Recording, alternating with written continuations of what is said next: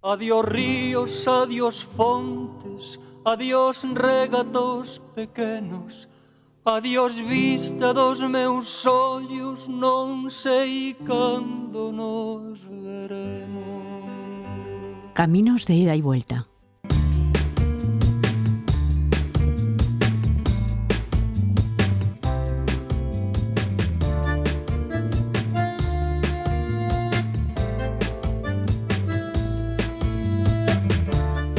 Comenzamos hoy en Caminos de ida y vuelta una nueva serie dedicado a músicos españoles.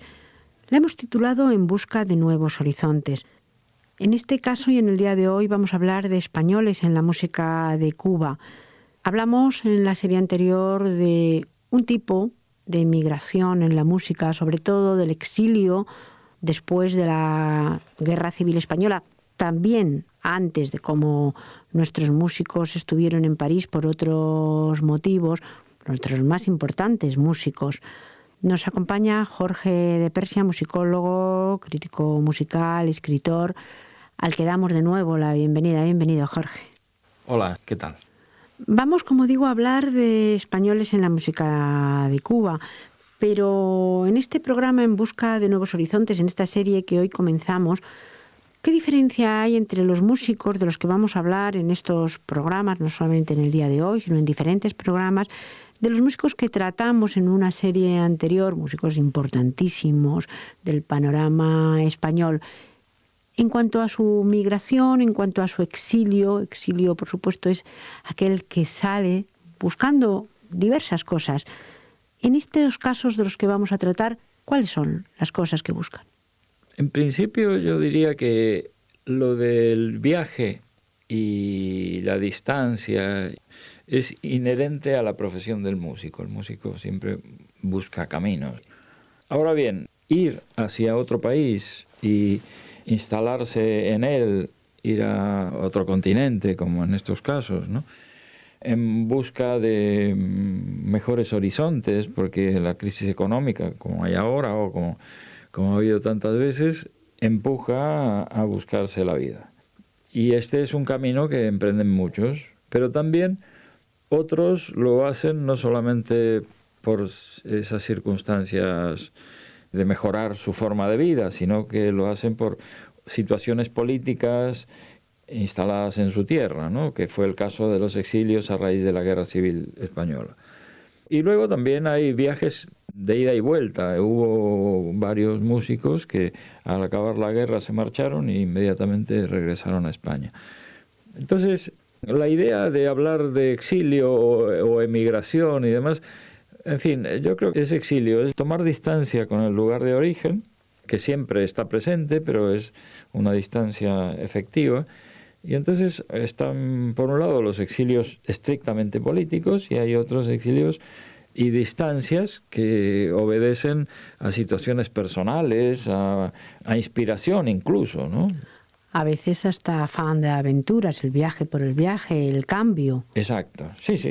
Afán de aventura o que los contrata una compañía de zarzuela y van de pianista en la compañía de zarzuela y, no sé, allí conocen a alguien y se quedan a vivir en el país. El programa de hoy, los siguientes minutos, los vamos a dedicar a un músico, a la figura de Pedro San Juan. Y vamos a empezar con una descripción que hace Joaquín Turina de su discípulo, porque eso es lo que fue Pedro San Juan. Él dice: de carácter nervioso y exaltado, dotado de una rectitud y puntualidad al estilo inglés, y pronto siempre a tomar las cosas por su lado trascendental. Pedro San Juan es incansable, trabaja sin cesar, componiendo, estudiando partituras y sobre todo ensayando. La figura de Pedro San Juan no es tan conocida hoy en España como otros muchos de los que hemos hablado en estos programas.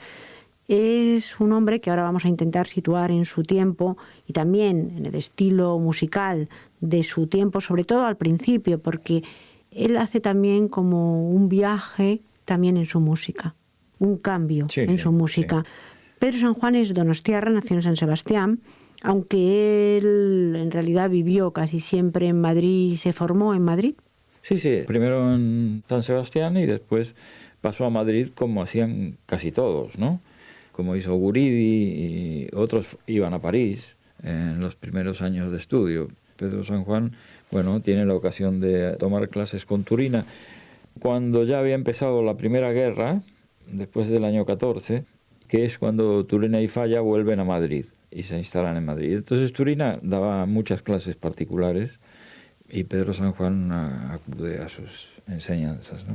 San Juan además dice que él tuvo su vocación musical desde muy joven, desde temprana edad. Cuenta que conoció a Falla en Madrid cuando era muy joven. Pero no es fácil quizá reconstruir su camino vital porque no hay demasiados datos. Sin embargo, si empezamos en su juventud y en sus primeras composiciones en España, ¿a qué grupo musical, en qué entorno hace la música Pedro San Juan? Sí, por ejemplo, esa descripción que leíste al comienzo, que estaba entre los papeles de Turina y que la escribió él, porque resulta que Turina reencontró a Pedro San Juan en una visita que Turina hizo a Cuba, final de la década de los 20, creo, y que coincidió también en esos años que Federico García Lorca fue a La Habana, ¿no? Y ambos encontraron a Pedro San Juan. Y hay testimonios, fotos y demás.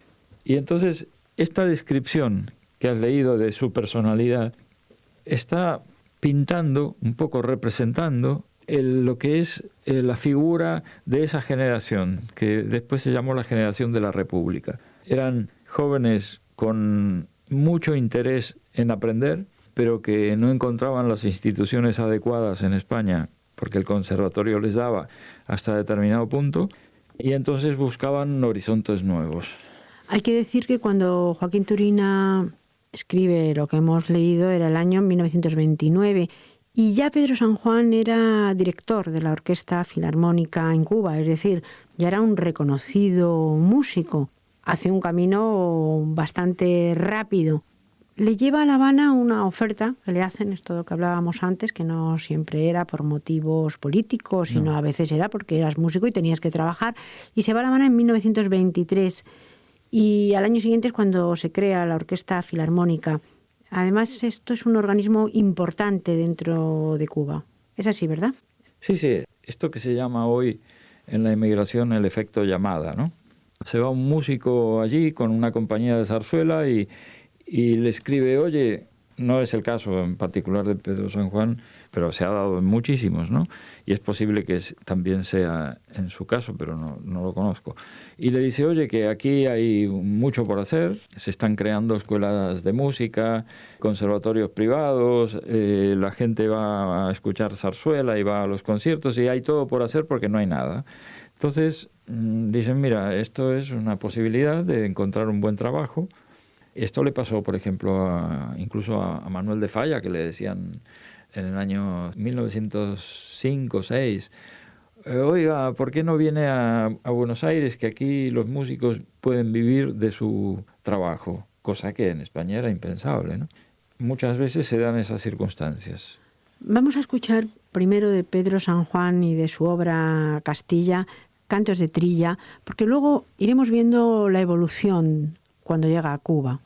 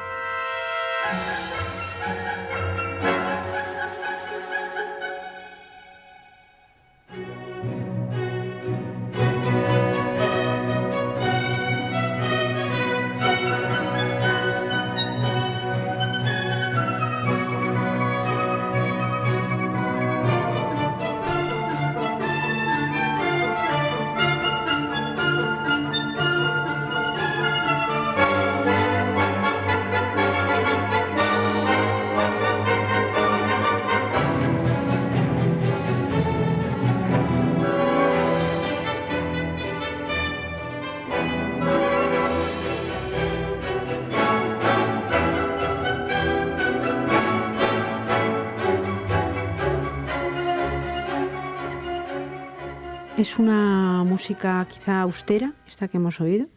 Sí, sí. San Juan responde un poco a las características de esa generación de la República. Tiene una buena formación, mucho talento, y deciden hacer una música, digamos, española, pero con un cierto carácter internacional. Es decir, no es la españolada sencilla, sino que son obras más elaboradas y que ya aspiran a otros lenguajes. Es cierto que un poco el tópico y la representación de Castilla era la austeridad, ¿no? De alguna manera. Entonces él creo que intenta describir aquello. Pero una vez que San Juan llega a Cuba, se adscribe como a otra corriente diferente, afrocubana, la música es diferente y él la toma como propia, podemos decir, la incorpora a su música. Esta es otra parte del proceso, ¿no? Cuando la persona llega a sitio que ha elegido, intenta hacer una lectura de lo que le rodea. Es decir, que intenta incorporarse a esa sociedad.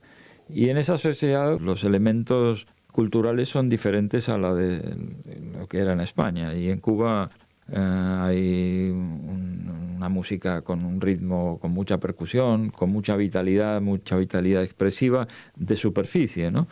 Entonces Pedro San Juan, y después hay otros, porque son muchos los que van a Cuba desde España, prácticamente se cubanizan. Pero no es que se cubanicen, sino que se estaba perfilando en América un cierto americanismo musical. En Norteamérica y en el resto, hasta en Buenos Aires, Alberto Ginastera, por ejemplo. Este americanismo se ve en su obra, Liturgia Negra, y vamos a escuchar Chango, pues una de sus piezas.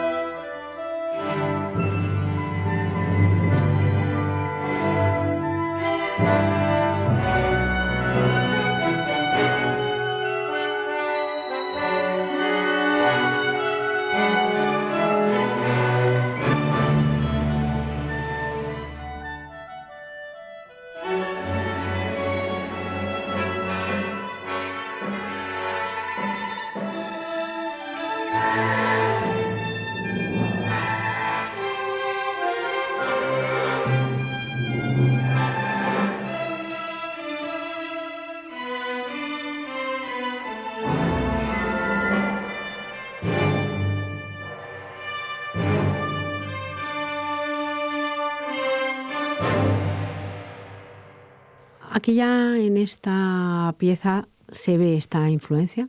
Sí, sí, en las tres de Liturgia Negra, en Cuba hay un fenómeno muy interesante, porque en esos años, veintitantos, San Juan crea la Orquesta Filarmónica de Cuba y la dirige, es decir, él hace aportaciones muy importantes a esa sociedad. Pero ya empezaban a haber también compositores cubanos que se habían formado en París y que tenían una palabra muy importante, ¿no? Y que hacían música cubana, como decir que Falla hacía música española.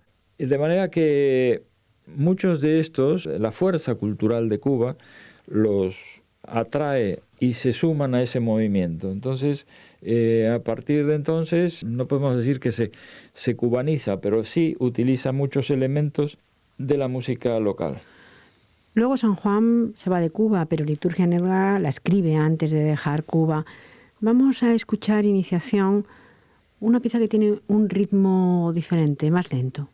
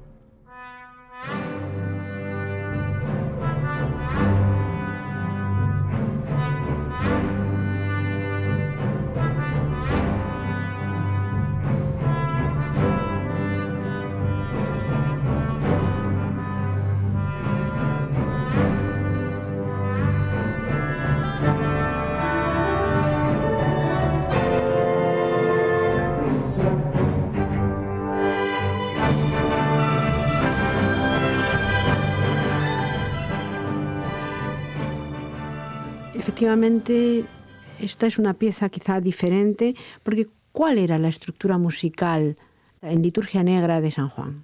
Bueno, la misma palabra nos lleva.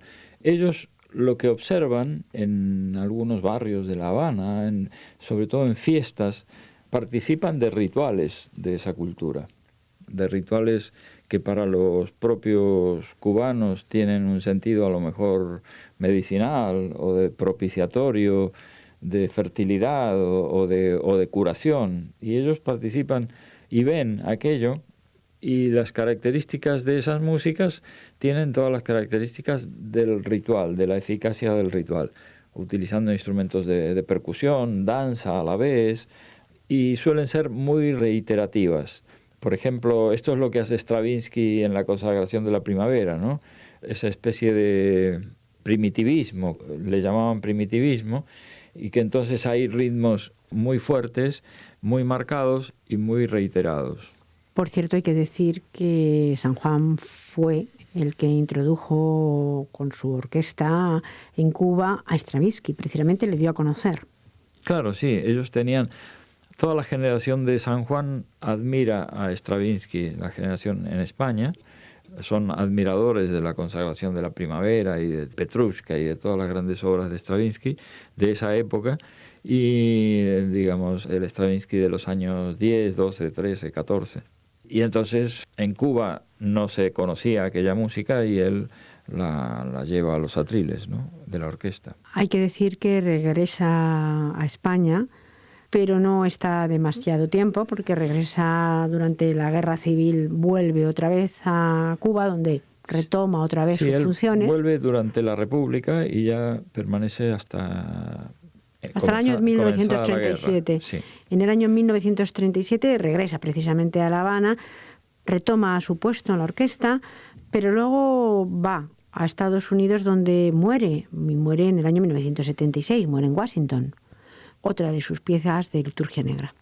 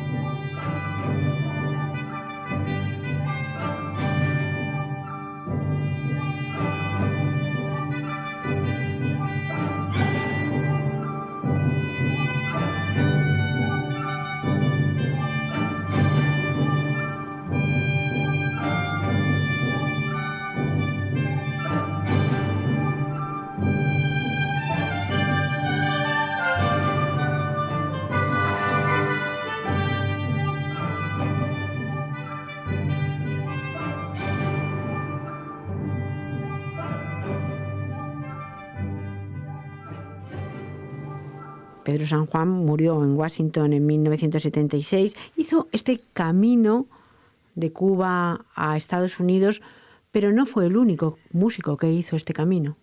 No, españoles, digamos, en el siglo XX, ¿no? Porque hay muchos anteriores, pero que estuvieron en Cuba, que trabajaron allí. Hay varios de los que vamos a hacer mención, ¿no?, en los siguientes programas. Pero, por ejemplo, Joaquín Nin era uno de ellos. pero luego acababan emigrando a otros sitios, aunque Nin también fue a Cuba y murió allí en su última etapa. Julián Orbón, que marchó a Estados Unidos precisamente en disidencia con ya una etapa de la Revolución Cubana. Ardébol, que siguió toda su vida en la isla, en Cuba. Y así hay varios que van y vienen. El caso de San Juan, pues era una persona que buscaba siempre nuevos horizontes. Hablaremos de todos ellos, de aquellos que estuvieron en la música cubana. Unos murieron allí, otros siguieron el camino de San Juan o fueron a otros países. También hay que decir, y es importante, que Pedro San Juan no olvidó, ni siquiera en Estados Unidos, pues esta influencia cubana, ¿no? De hecho, fue uno de los fundadores del grupo cubano-americano de compositores en el año 1945.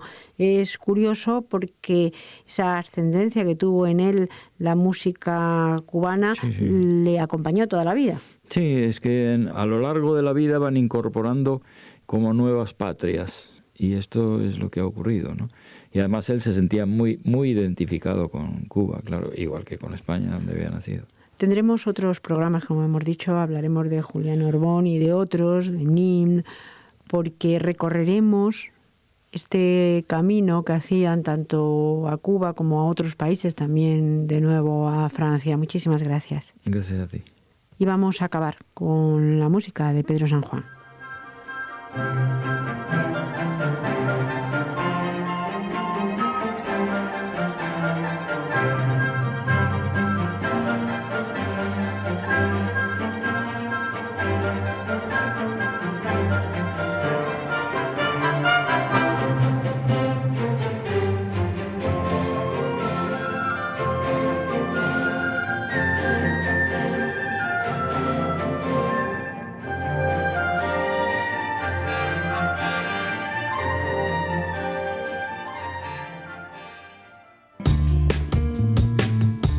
Caminos de ida y vuelta, un programa de la UNED con la colaboración del Centro de Migraciones y Exilios, el CEME, para Radio Exterior de España.